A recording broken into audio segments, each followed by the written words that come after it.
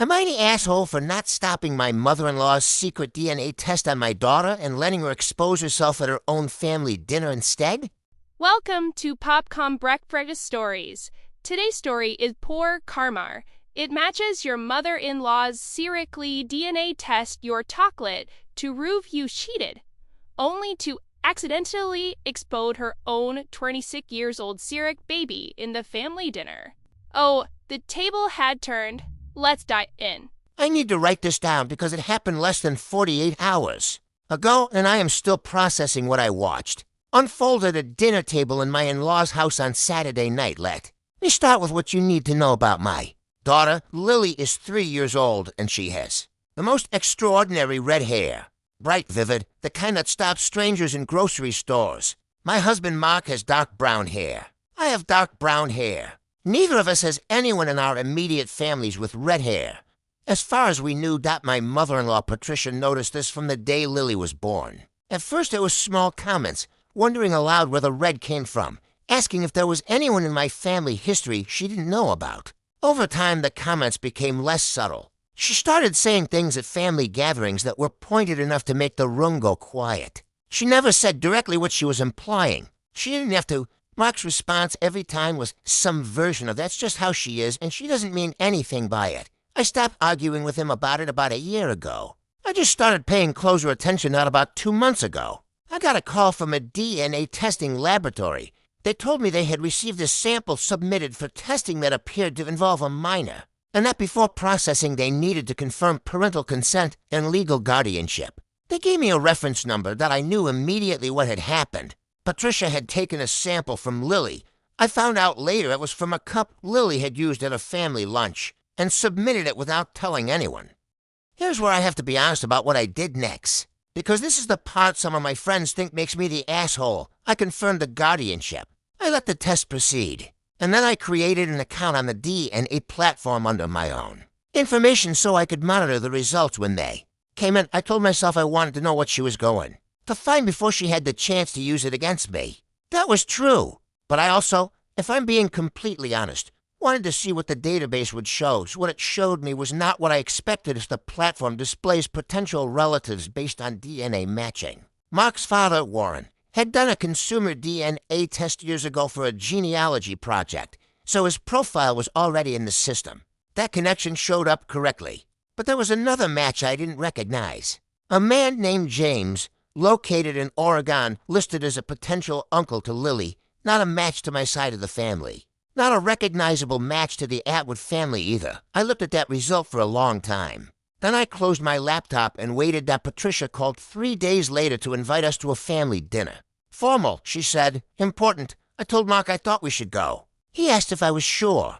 I said yes. The dinner was exactly what you would expect from Patricia. The good china, the centerpiece. Everyone seated before we arrived. Warren was at the head of the table. Mark's brother and his wife were there. Patricia sat at the other end and looked like someone who had been rehearsing something for weeks. After the main course, she reached beside her chair and placed a sealed envelope on the table. She pushed it toward me slowly, the way people do in films when they want the gesture to carry weight. She said she thought it was time the family had some clarity.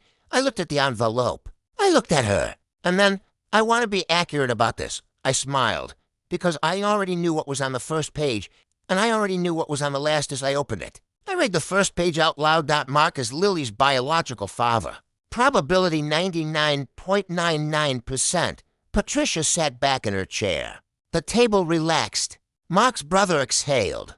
Patricia opened her mouth to say something. I said, "Can you turn to the last page?" I passed the report to Mark. He looked at me for a moment, then turned to the back. The final section of the report lists close DNA relatives identified to the platform's database.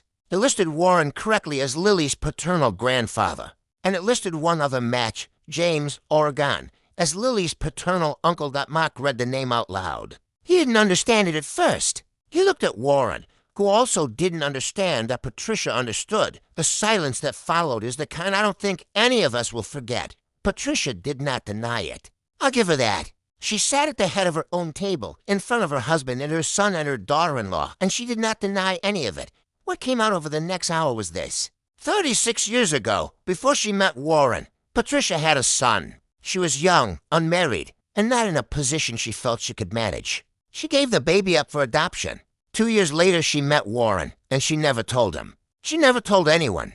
For 36 years, she had carried that secret in complete silence. There was one other detail that came out. Smaller. Maybe. But the one I keep returning to, that Patricia has dyed her hair dark brown for as long as anyone in the family can remember. She has done it so consistently that no one ever thought to question it. Her natural hair color is red. The feature she had been using to imply my daughter wasn't an Atwood had come from her. It had been sitting on her own head, hidden under 40 years of hair dye, the entire time. Warren left the table without finishing his dinner. He didn't raise his voice. He just stood up, placed his napkin on the table, and walked out of the room.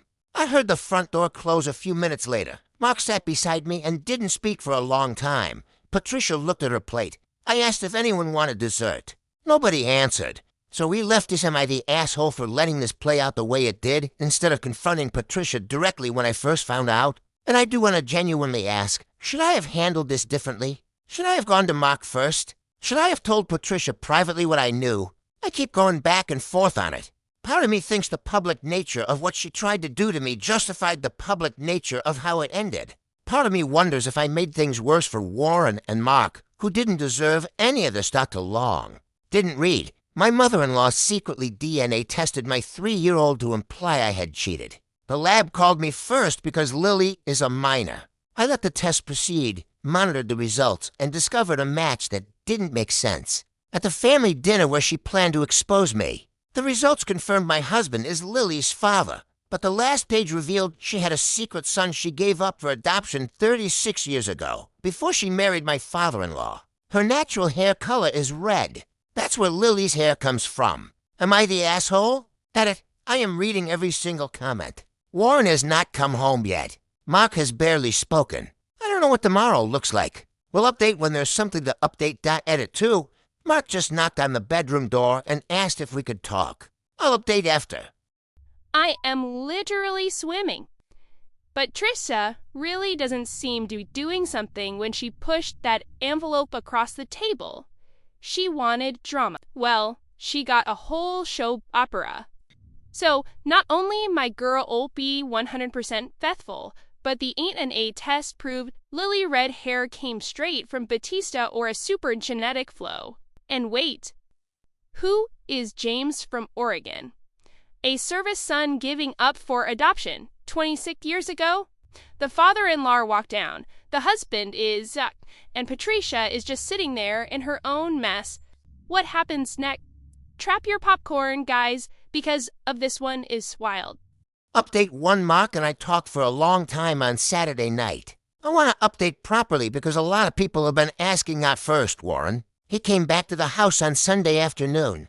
He and Patricia spoke privately for several hours. We weren't there for that conversation, and I don't know exactly what was said. What I do know is that Warren has moved into the guest room for now. He told Mark he needed time. He was not angry in a loud way. Warren is not that kind of person, but Mark said he looked like someone who had been handed a version of his own life that he didn't recognize. I don't have words for how unfair that is to him that Mark spent most of Sunday quiet. On Monday morning, he came to me and said he wanted to find James. I told him I thought that was the right thing to do. It took him about a week to work up the courage to actually send a message through the DNA platform. He kept writing drafts and deleting them. Eventually, he sent something short. Just who he was, what he had found out, and that he wasn't looking for anything in particular. Just wanted to reach out. James replied within a day. He had done the consumer DNA test years ago out of curiosity. Knowing he had been adopted, not expecting much to come of it. He had seen the Atwood family connections appear in his matches, but hadn't known how to interpret them or whether to act on them. He had a family of his own in Oregon. He teaches middle school history. He and Mark have now spoken on the phone 3 times. They met in person last month. Mark flew out to Oregon for a weekend. He came home quieter than when he left, but in a way that seemed lighter, if that makes sense. He said James was easy to talk to. He said it felt strange, and also not strange at all that Lily has an uncle now. She doesn't understand what that means yet. She will ask for Patricia.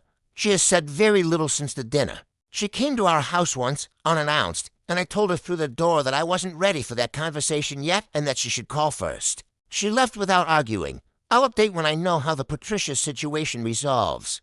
Oh, wow, that's it getting so deep. Mark absolutely flew to Oregon and met his secret brother Chams. I am so happy they connected. But, man, poor father-in-law Warren is still sleeping in the guest room. The whole family is completely broken because Batista couldn't keep her nose out OP business. And now, after weeks of hiding, Batista's wants a face-to-face meeting with Alpi.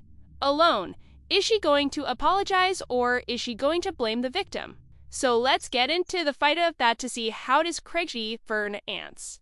Update the final update. I'll try to keep it straightforward. About 3 weeks after the dinner, Patricia asked if we could meet. Just the two of us, no Mark, no Warren. I agreed on the condition that we met somewhere public. She looked different when I saw her. It took me a moment to understand why she had stopped dyeing her hair. The roots coming in were unmistakably red, not as vivid as Lily's, faded the way color fades with age. But there, she had made no comment about it in any of our exchanges leading up to the meeting. She just showed up like that and sat down as we talked for almost 2 hours. She didn't make excuses, which I had not expected. She said she had spent 36 years being afraid of one thing and had let that fear turn her into someone she wasn't proud of. She said she knew that accusing me the way she had was wrong and that nothing she felt had justified it. She said she was sorry. Not in the circular way people apologize when they want something.